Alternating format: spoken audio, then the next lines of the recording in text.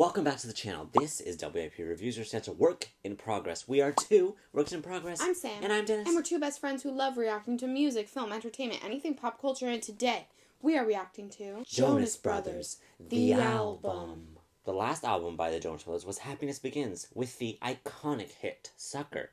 And let me tell you, we became suckers for them all over again. So, while the happiness begins, let's continue the happiness with this album. Track number 1, Miracle.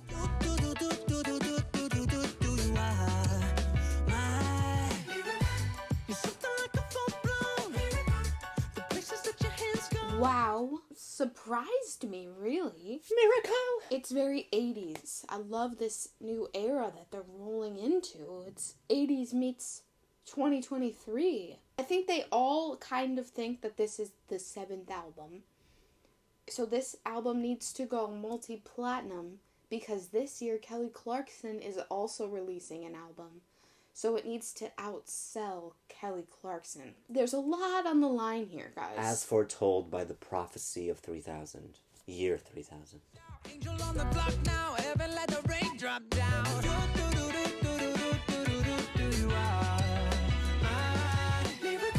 That is a really fun song. Super surprising. That feels very up your alley. Like, I know that song from somewhere, from the playlist that you use. Yeah, like, there's something there. And I also like how it's not too long. Yes. I feel like they could have tried to make it longer with, like, a really unnecessary verse, but this is, like, just the perfect way to... Simple. Yeah. Verse, chorus, outro. Period. Done. Bye. Track number 2, Montana Sky.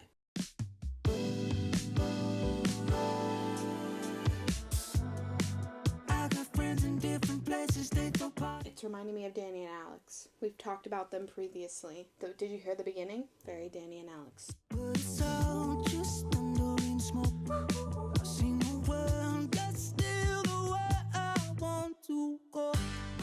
I like there was like a moment where they go like da da da. It was like nice in the background. It sounded pretty. I like it so far. I like the lyrics too and the music. I wouldn't say that I look for like a really storytelling song from the Jonas Brothers, but this one's kind of giving and serving that.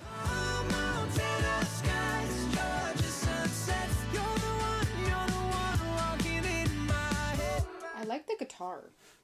Like, you can really hear. I mean, I feel like sometimes it's not really like just an acoustic.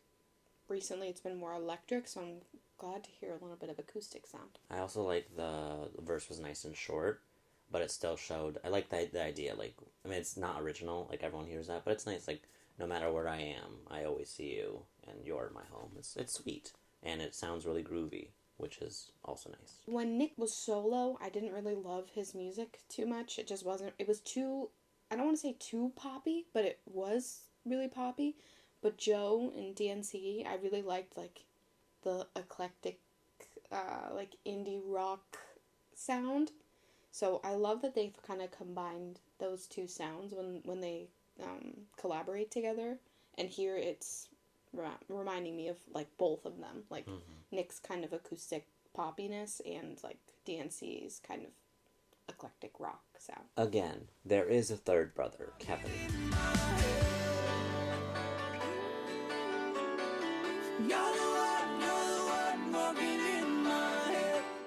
I loved all the harmonies.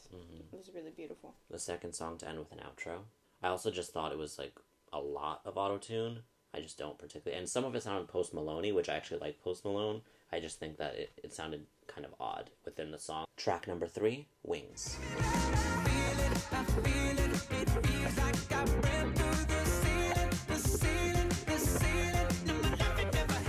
I like the keyboard. I like that sound. This one's not my favorite. No. I'm surprised it was a second single off this album. I'm assuming because of like the little chorus plus the fact that the song itself is short, they thought it would be a good like TikTok plus good for the radio, because shorter is better. But I don't like it. No, it's not really like... I like elements of it. Yeah, no, there are some things that I like, There's but... a nice like, groovy like electric guitar there. The bass sometimes nice, but... It's not like highlighting anything. It's not highlighting them. It's not highlighting the instruments. I mean, the song, again, there are filler songs in albums, and I feel like this is one of them. So like you said, I'm surprised that this is the second single. I do like the music video because this is kind of how I would imagine we listen to the music. This is how we do it. Yeah, we don't need to imagine. This is us. Yeah. Live footage. You know you gave me a reason, you got me believing, you're making me sad. I actually met the Jonas Brothers. We had a really unique interaction. If you want to hear the full story, let us know in the comments. Track number 4, Sail Away. Leave the mental, need to just let go. Just let go. Transcendentalistical tempo. Love is tempo. Leave the mental, need to just. I would like to say there was a missed opportunity in the first verse where he says sliding. I would say he should have done a slide on the guitar, and that would have been like just like a click on it. Even if it was just like doom. Yeah, and it fits with the groove of the song, and it would have just like added a little taste. So, but otherwise, I like the song. I feel like this one's up your alley. You make my physical spiritual. I'm in your arms, I sail away. I like how it's growing. I'm wondering why the song is longer. The second chorus isn't different enough for me to be engaged to want to hear it a third time. I know Joe Jonas is in it now, and now it's like a little more interesting vocally, but it's not interesting enough for me. This song is a little bit more boring, but it is fun. They're not known for like making really beautiful lyrical songs, but I'm kind of waiting for one. I like some of their lyrics so far, but I kind of want them to get better just because it's like this is the album. Come sail away. Come sail away. That sounded like a literal 2000s Disney song. I don't know why they did that. That was really weird. No, it was Calvin Harris. Yeah, sure. His summer hits. From 2012. Yeah, I don't know why they did that. That was really bad. The bridges have not been strong. No, maybe that's why the songs are shorter. Track number 5, Americana. Take the floor from Jersey Shore to country grammar. Jay-Z, a little James D.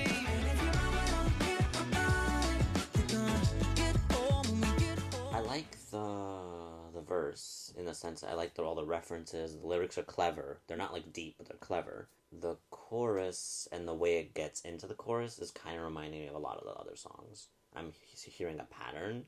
I'm feeling like the last few songs were very filler songs, which is kind of disappointing. But it's not like they're bad filler songs. No. Like, they're still listenable songs, and they're not... I don't know if these are all skippable. No. I feel like it's pretty not skippable. Yeah. So far. My brother is your brother, my sister is your sister. It's all part of a bigger picture.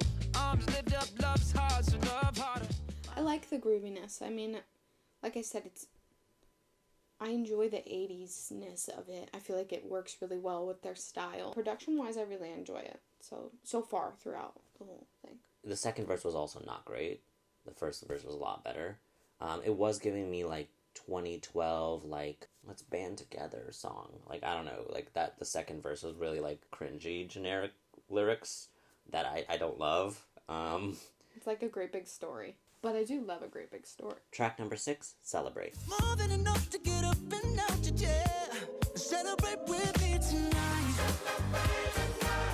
Kind of reminds me of Lizzo. It's giving me Lizzo fused with the last Panic album. I'm not a big fan of like when songs have like a chant type thing, but they do it like so much. There's not a unique topic being shared here. No, the lyrics are so generic. But I think that that's cute because this could be like a classic for them. Because it's like, woo, celebrate, you know? You always knew how to talk. Couple nights, threw gasoline on the fire. The fire thing. We also haven't heard this song. We know it's been out for a while, but we've been saving it for this you month. A strong father and a determined mother. Oh, that's why some nights we try to kill each other. But you know it's always love. The lyrics aren't horrible. They're not great. I don't love the, oh, it's always love. Oh, but Yeah. it's always love. I feel like there could have been something, like a better resolution. I don't know, lyrically, I just want to make sense of it, you know? Yeah, it's not the greatest lyrically. I do understand why it's a hit because of the chorus, the verses aren't great. The verses also kind of remind me of DNC. The staccato, the dun-dun-dun-dun-dun. I'm pretty sure there's like 8 million songs from DNC. Not bad though.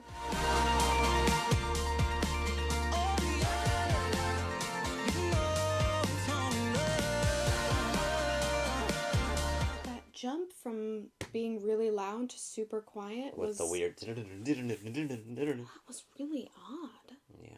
I think you can hear the 80s and, like, the gospel influence in this song and a lot of them. I'm just not sure it's effectively blended.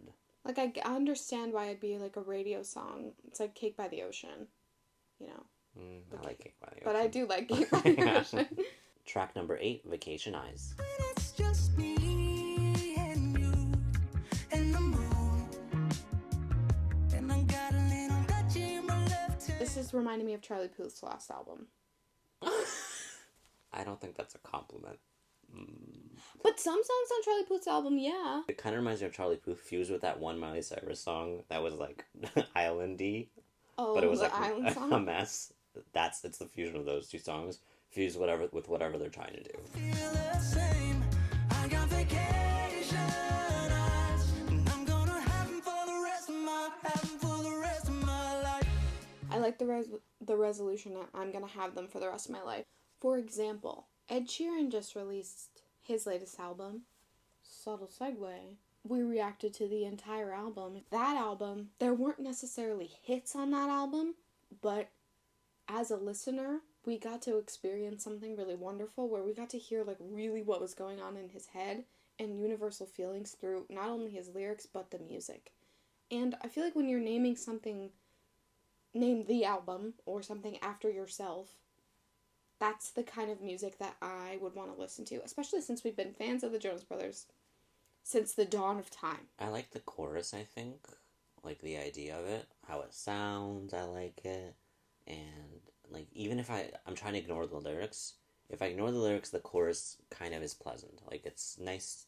I just wish the verses were different enough for me to be invested in the song. In DNC's album, there are songs in there, like Toothbrush, for example. Toothbrush is like a really fun song, but the lyrics are still, like, you can clearly tell, like, what Joe was going through when he was writing that. Like, oh, I'm dating this person, it's new, it's fun, it's interesting. Here's a fun song to kind of represent, like, what I'm going through. Like, I still feel like, as a listener, I got to know kind of what was going on in his head. This song is kind of doing that with the chorus, but it could be more. Track number 9, Summer in the Hamptons.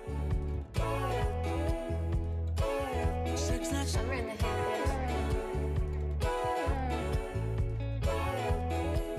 So I'm enjoying that this sounds different. That I like. I was thinking that too. But it's also giving me 2010, like, especially when the random girl says something, like, that's Summer in the Hamptons.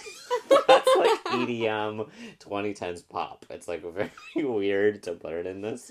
Not weird. It's okay. I'm interested where this is going. My heart inside your hands, 1,000 wild horses. Sex life, summer in the Hamptons. What? What the? What are these lyrics, guys? Why are they talking about horses So weird. and sex? I don't like this. I don't know what's happening from that weird transition from verse to chorus, where he, like, screams like an animal, and then it, like, goes to this weird pause. But I do like how this song is different. Yeah. It's just making me laugh. It's weird, but I like it so far. I mean, I don't know if I like it. It's just, I don't know. It's I'm weird. sure that we'll probably listen to this song again and be like, yeah. Yeah. Because it's fun. Because It is. it's different. Track number 10, Summer Baby.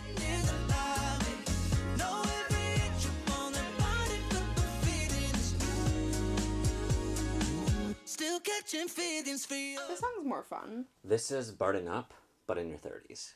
Songs 3 through 9, number 10, I like it so far. I think the lyrics are pretty surface level, but they kind of are sometimes a little clever, and they vocally sound good. Structure-wise, it's interesting. Musically, it sounds interesting, and it fits the idea of what they want to do with the 80s and gospel-y type thing. So I think it's good. It's fitting everything that they want. But Yes.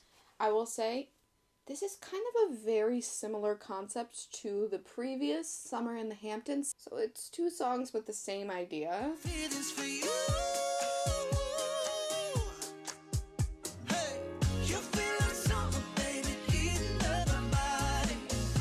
singing an octave higher, which I like it. I love when songs are layered with double octaves, and you can put harmony in here as well. It just sounds full. I like when that happens. It's very Beatles. The Beatles did that first.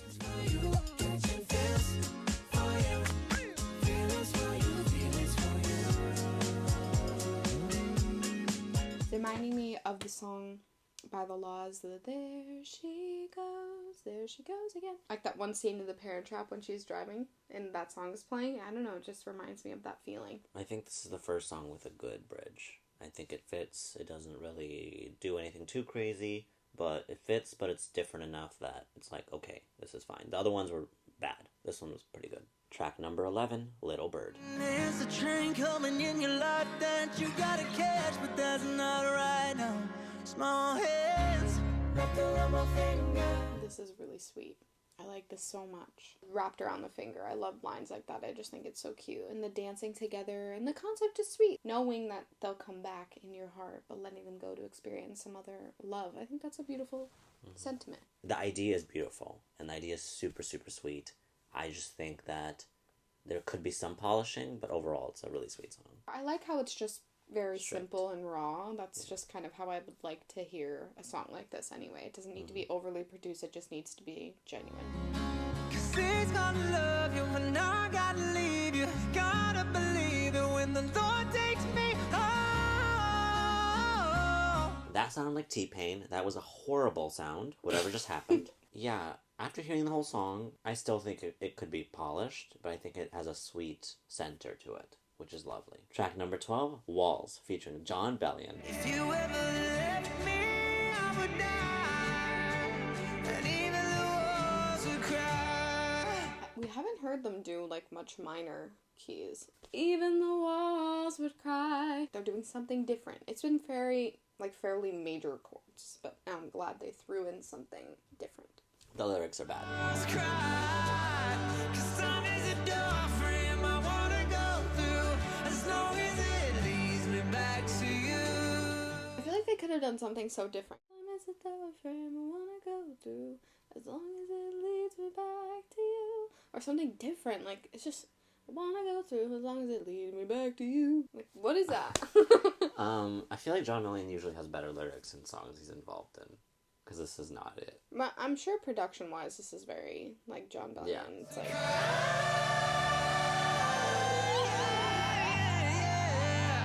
Even the walls will cry as we I don't know what's happening.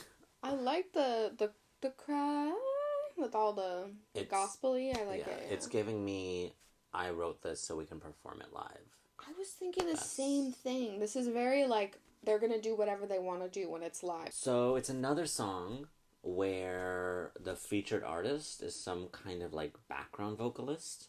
Not sure what is with this new trend. Yeah, no, this song wasn't awesome. No. I'm not loving it. And this one, I'd probably skip. Yeah. Actually.